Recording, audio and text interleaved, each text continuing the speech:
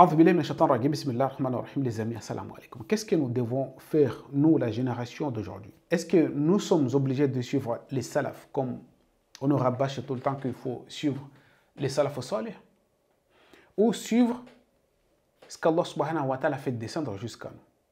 D'ailleurs, c'est ce qu'Allah subhanahu wa ta'ala attend de nous. Ça, c'est n'importe quel musulman, n'importe quel croyant, n'importe quelle personne qui normalement croit en Allah.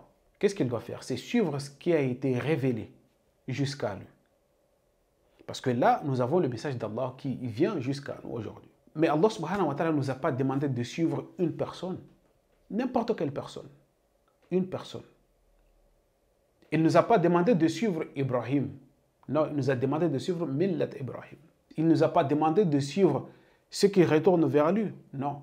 Il nous a demandé de suivre le schéma de ceux qui retournent vers lui. وَاتَّبِعُوا سَبِيلَ مَنْ أَنَابَ إِلَيْهِ. Il ne nous a pas dit وَاتَّبِعُوا مَنْ أَنَابَ إِلَيْهِ.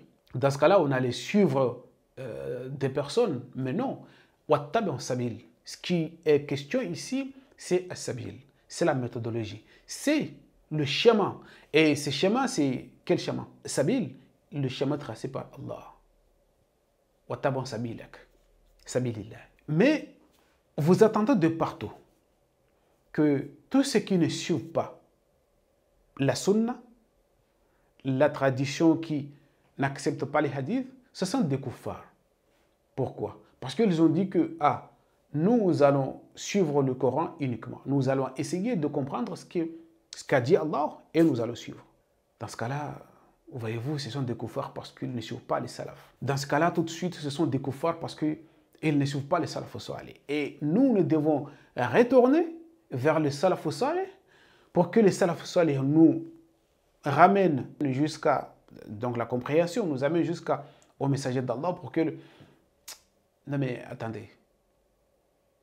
Est-ce que vous nous demandez de faire confiance à certaines personnes, parce que heureusement que c'est que certaines personnes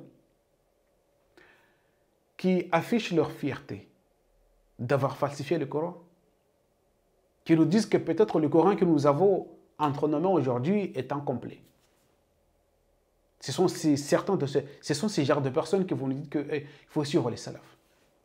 Parce qu'il faut tout simplement ouvrir les hadiths, ouvrir leurs livres, tout ça, ils vous disent que le Coran n'est pas complet, c'est incomplet. Le hadith d'Aïcha qui se trouve dans le Sahih Muslim qui dit que même après la mort du prophète, il y avait des versets qui étaient dans le Coran, des versets coraniques. Le premier verset comportait la prescription que 10 allaitements suffisaient pour qu'un enfant ou pour qu'une personne devienne muharram.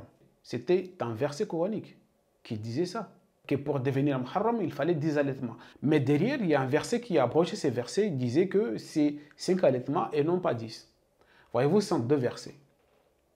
Aucun de ces versets ne se trouve dans le Coran. Aucun de ces versets ne se trouve dans le Coran. Ils sont passés où?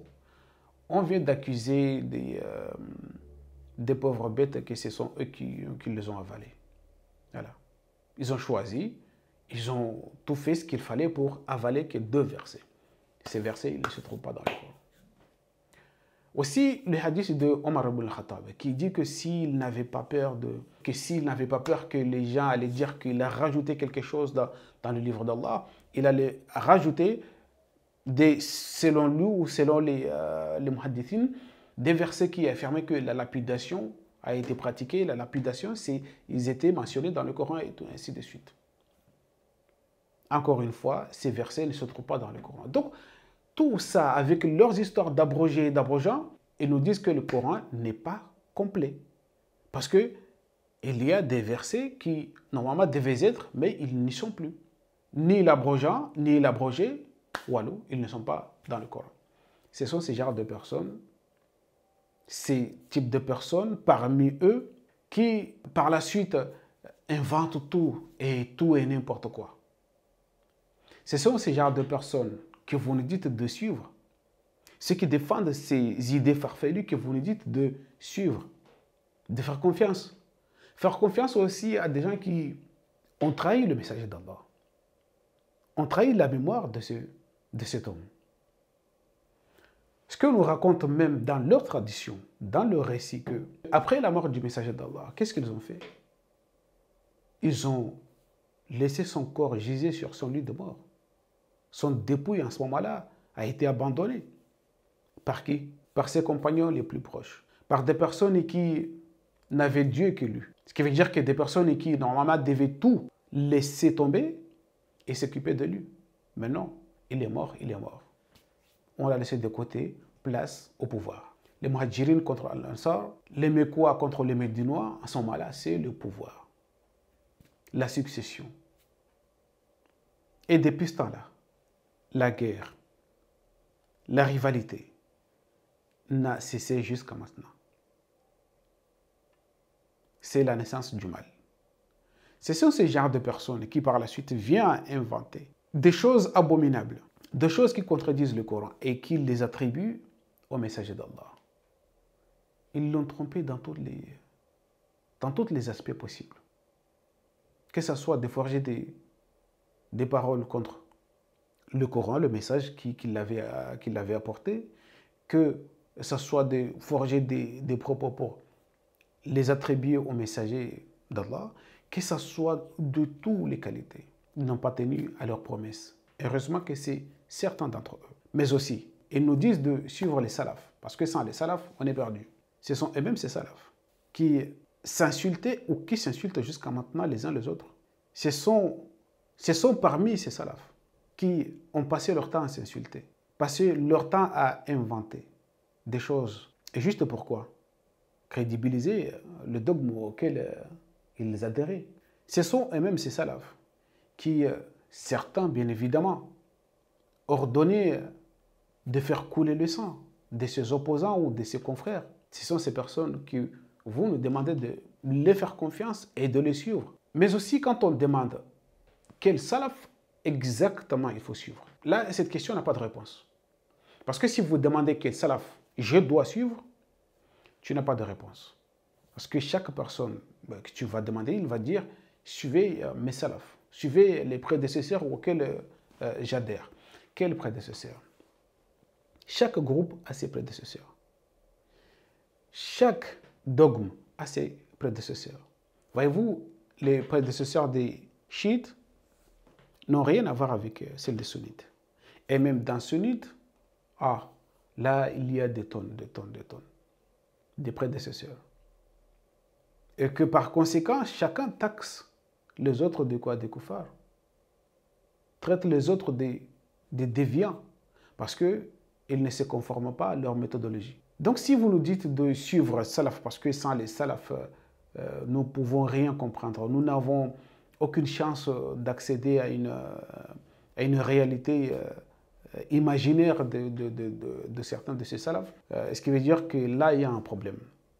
Parce que le modèle de salaf que nous avons n'a rien à voir avec les salafs qu'il faut suivre. Et parce que aussi, le plus important, Allah subhanahu wa ta'ala nous a dit de ne suivre que ce qu'il a fait descendre jusqu'à nous, sa révélation.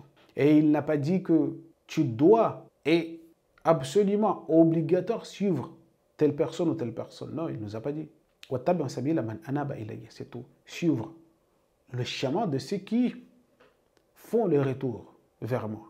Le chemin, la méthodologie, ce qui leur permet de retourner jusqu'à lui. Et ce qui leur permet de retourner jusqu'à Allah, c'est quoi? C'est le livre d'Allah, les paroles d'Allah.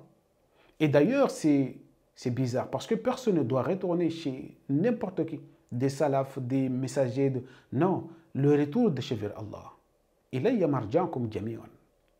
C'est de chez moi que vous allez tous retourner. Donc le retour, que ce soit retour final, c'est on retourne tous de chez Allah, vers Allah.